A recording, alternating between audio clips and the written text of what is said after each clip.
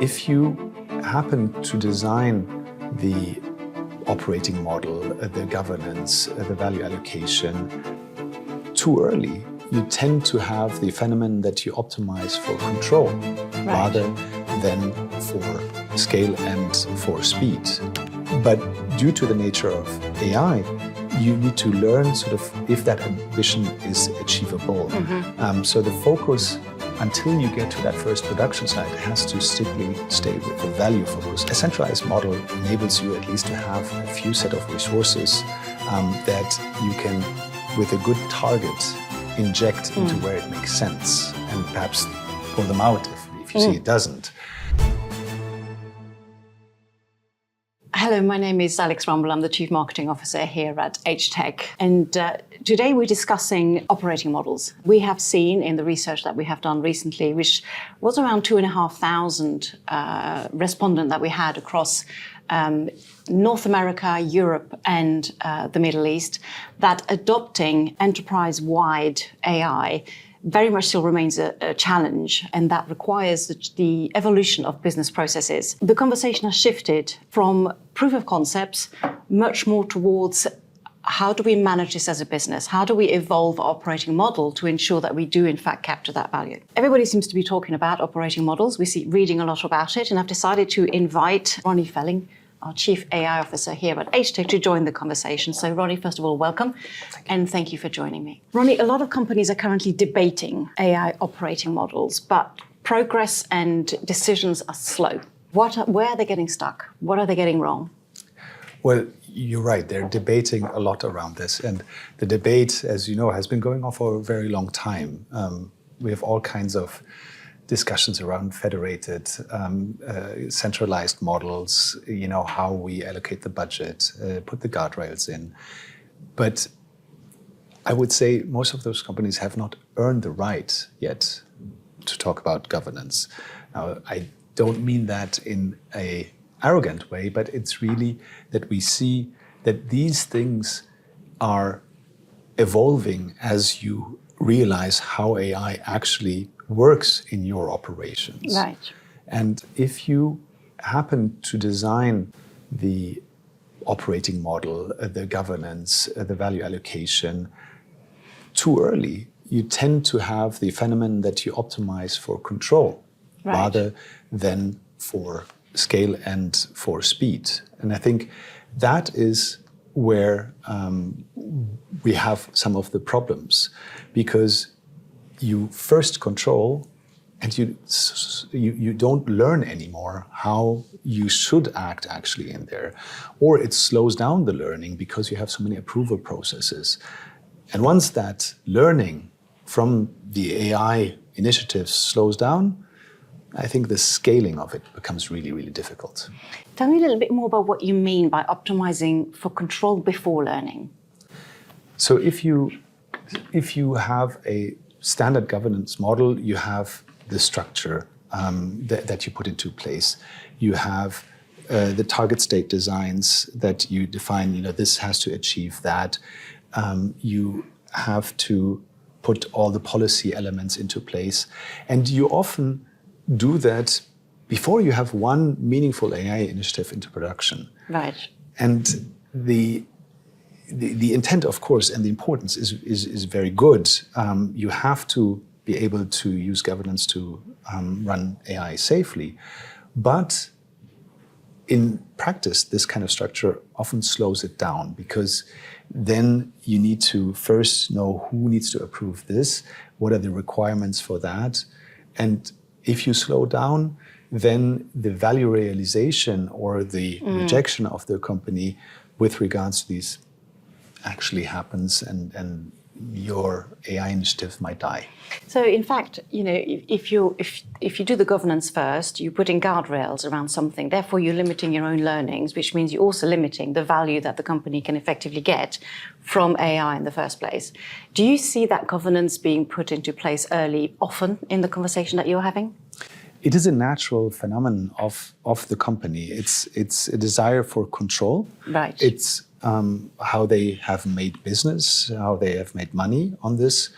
And it's oftentimes also with the structure that you do with traditional software development, where you have a clear requirement set, you have a clear testing harness, you have a clear outcome. When I say it's like either it works or there's a bug, and therefore we are used to having this control structure up front to reduce the amount of errors or the amount of friction that we generate with, developing in the wrong direction. But AI is different on that. And that's where I think this kind of thinking does not work anymore in there, and we have to learn on it. We have to be a little bit more uncomfortable, and then, guardrails can be put into place by de-risking some of the parts that we're touching on this, but actually trying to see what is the bounded kind of environment that we can operate in that is not a test environment, that is not an experimentation, that's not a technology validation, but that actually shows that we can safely put it into production. And out of that, we learn. Right. So it's not about governance not being important. It's really about when does it become important and the sequence in which we engage that. Exactly. So CIOs are clearly focused on ROI with AI, as they have been with any software or technology, really. And value creation is a primary driver for that as well. How do you distinguish between value thinking and ROI thinking? Yes, that's very good. Because, it seems often two sides of the same thing. And of course, ROI looks at the return on the investment of this. And it's oftentimes that the AI projects or software projects or any kind of projects have to have a clear business case before. And the business case in turn also looks at how much does it cost to put into place and how much do we get afterwards out of this. The problem with ROI is not the ROI, but as we said before, it's when do you have the ROI focus and when do you have the value focus. So the value focus is set through an ambition. You think that should be achievable if we have this and this in place. But due to the nature of AI, you need to learn sort of if that ambition is achievable. So the focus, until you get to that first production slide, has to strictly stay with the value focus. Otherwise, you get a sunken cost effect. You say, we put some more money in it. Yes. And you cannot expect a good ROI, let's say, in a 3-6 months project. The initial cost of deploying AI and changing quite a bit of the structure and the processes will never be in a very strong mode against what you're trying to optimize for. The value thinking should be tremendously higher than any kind of investment. But since you don't know exactly the investment, and since you cannot yet validate completely the value, I think the process has to be different. Yes. Now, once you have that first slice of production, now you need to slowly transfer to the thinking of the ROI. So what does it take to put this into scale? How much effort is this? What is the cost of the tokens that we require for that? Those are then economics that come into place. But forcing it, too early in a certainty kind of thinking that ROI typically has does not create that discipline that you actually want. But it creates a slowdown and typically the wrong operating model response, because now you're trying to reduce how much you invest while not assessing fully the value that you can achieve. So that, you used the word uncomfortable earlier. I really like that, because it's not just about a process. A CIO and CFOs, we've been educated and trained our entire lives to build business cases based on what do we think the ROI is going to be. Now AI is making us think very differently, and we have to think differently. So we have to put our toes into the water. We have to invest while we're hoping that we identify what the value is, and we get to a point where we can then reasonably confidently say what we think the ROI is likely to be. That's a change management issue, surely. Yes, absolutely. And that's where you need often a very senior look on this. So to shift the discussion away from the technology, away from not completely the ROI, but first thinking, what is the value that we need to achieve, that we want to achieve, that we must achieve, in terms of not, let's say, table stakes, that we have to have a certain efficiency through a co-pilot that we have or a chatbot that we have to access our knowledge, but really to see if we can protect our margins or improve them, if we can protect our business on this, if we can protect or grow the business through AI on this. That elevates the conversation. Exactly. It elevates it not just to the CIO level, but to the C-suite level and the board level, and even including the investors on this. We see now we can have an ambition that is a 10x, a 20x kind of concept for the investment. And now we don't even need to see if the investment perhaps takes a little bit more than we planned for. But you need to firmly have that value ambition in your eyes, and requires therefore a senior stakeholder management. Yes, to really be behind that. I really like that distinction, but it is, as you say, uncomfortable and very different for most C-levels. If we think about operating model failures, what kind of failures do you see, and or mistakes or challenges do you see the most? Well, we spoke about the governance ones. I think oftentimes we do see governance structure being created before it's being useful. So I think that's a very common one. Like we said, it's something that is in the DNA of a company as well, where we have mainly policies first that are based on a fear of AI not doing the right thing. Rightfully so. However, oftentimes, putting us into a situation where we feel uncomfortable to move at all. I think the second one is something I lived through in a previous wave, where it was about data lakes. It's about this data platform or data architecture modernization as a goal in itself, where it's a significant amount of effort, to standardize some of the perhaps bespoke or legacy systems, the data pipelines, which comes with a huge amount of effort and still does not solve one of the fundamental problems that we had back in the data lake days, which is we don't know yet for what we need the data. And if you design it such that you have a heavy pipeline usage, typically your cost goes up. Right, yes, of course. And you still have not achieved any value. By itself, the modernization does not provide more value. You need to therefore, again, have the value lens first on.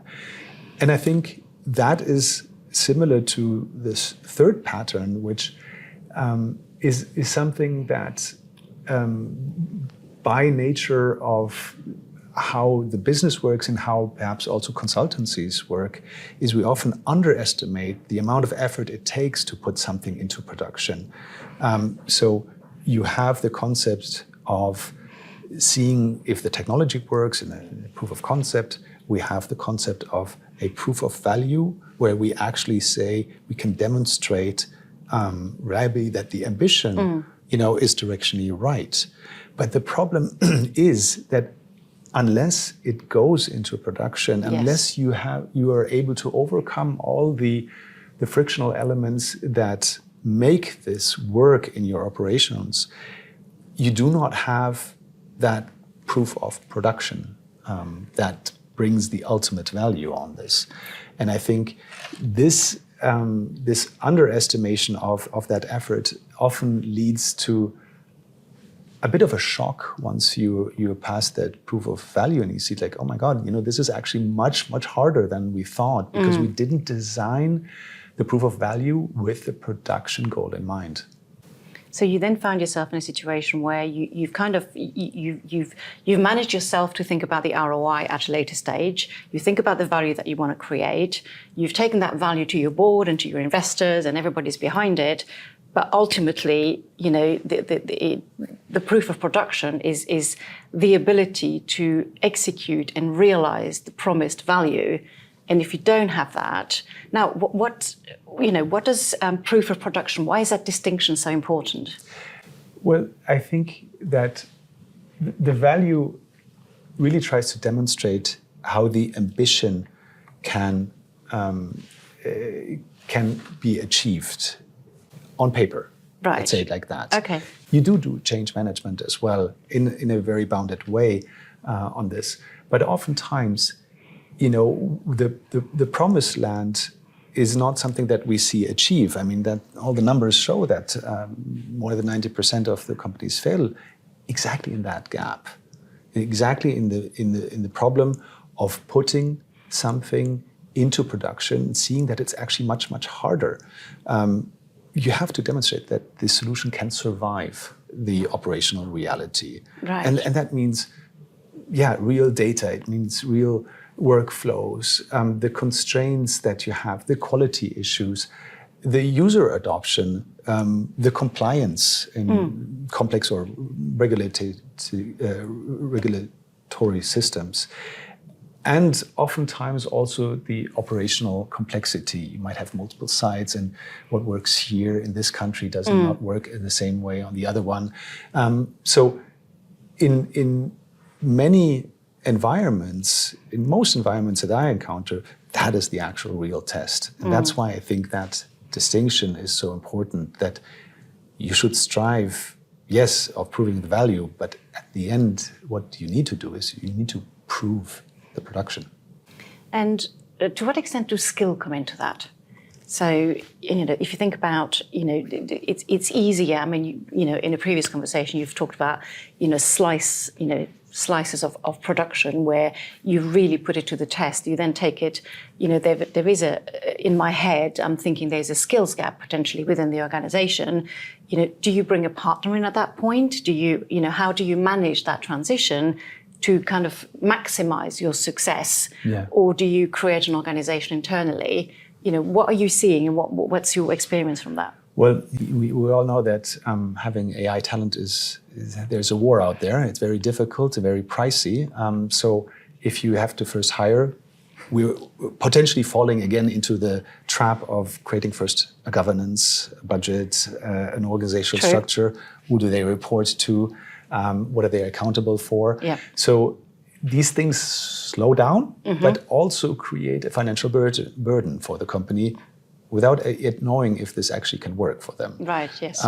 So I think it is smart if you try to see how can I prove that value and prove the production with at the same time de-risking my investment such that I can pull the plug on that. You cannot just say, "Oh, that was nice, hiring you, and you have to go now again because it didn't work." So I think that's an essential part where one can partner with a trusted partner, especially when it gets to your core operations, which is your heartland, your IP. And I think it's important to distinguish not about the make or buy, but more about what is our moat and how do we strengthen it? Is it through AI, or is it AI our moat? Most companies would say the former, not the latter, which means that they need the help of this disruptive technology to strengthen what they're really good at. And for that, then I think the natural question is okay, so do you have to build that muscle yourself as a high expense? Or, at least de-risk it at first and say, let's show that we can actually prove this into production, and then to see what differentiator this brings into the future. We talked a little bit about offensive versus defensive strategy. So one needs to be the focus of your operational excellence. Yes. That what you do good, you do better. What you do good, you do more. The scale and the differentiator. And then you need to also think about, well, how am I going to be still relevant in the future where a lot of the value chains are moving through agentic, but through a lot of these new business models. So it might become a muscle that you need to have internally. But I think for that journey, to partner up with somebody who's experienced in that really is highly valuable. And then even a partnership can endure over a long time Absolutely. if it becomes a differentiator. Absolutely. Now, so moving to changing an operating model to be better suited to AI transformation within the organization is a task in itself. We then look at something that you've talked about right at the beginning of the conversation. You've talked about centralized versus federated. What becomes the right debate here? Well, it ties into your earlier question about the talent, and I've lived through several of these models, actually also myself through, and I think, honestly, without making the debate, what do you need to do first? A centralized model enables you at least to have a few set of resources that you can, with a good target, inject into where it makes sense, and perhaps pull them out if you see it doesn't. But I think having that senior oversight also with regards to the value that we discussed is really important on this, having the company focus on this. Once you have proven the production ability of this, I think there are two things that happen. One is that now you want to scale, and therefore a lot of the governance operating model and even perhaps some of the resources that do that should naturally evolve into that function. Right. They know how to drive their needs. They are the ones who not only create the demand, but also now are more and more responsible for the operations of it. They might have also, each department or function might have different terms of policy applications that are not globally used. And I think once you have the first production slice that we talked about, some of the global policies now have been established and stay centrally or are now fixed part and can start to evolve into specific function or domain specific policies within these functions. Yes. So you might have a natural tendency to evolve into a federated model. Right. And you've used an expression in the past that I really like, which is federation is something you must earn. And it does sound like there's a lot of hard work that's involved in that. Are there a sort of more explicit elements of the evolution that you can share with us? It's not a must journey, but I think first this centralized team, because it's a small, highly agile team that can be deployed with senior focus onto these first production wins, defining the first kind of guardrails that either are functional or are company-wise, and then it learns fast. Then the second part of that evolution is probably hybrid, where the first operating elements of this production slice go into the function in the terms of they're now saying this is what we need next, et cetera, but you still might not have the scale and value creation that the resources should be deployed locally on this.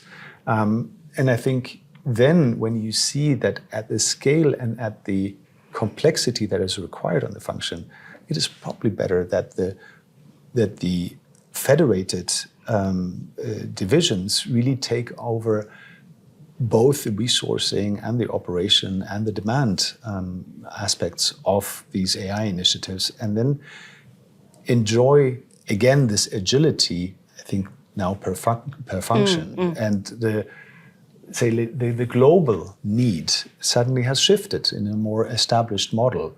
There might be still cross-functional learnings. Yes. But we see these as typical exchanges that don't require perhaps a very structural organizational setup. Right. We started the conversation by saying that there was a lot of debate around operating model. We've come to the end of the conversation, and I'm thinking that it's very right that there should be a lot of debate around operating model, because there's clearly a lot of dependency on actually getting to the point where we've created the value. So, Ronny, thank you so much for your insights. Once again, I've really enjoyed our conversation. Thank you so much for joining us. I hope you enjoy the conversation as well, and thank you for your time.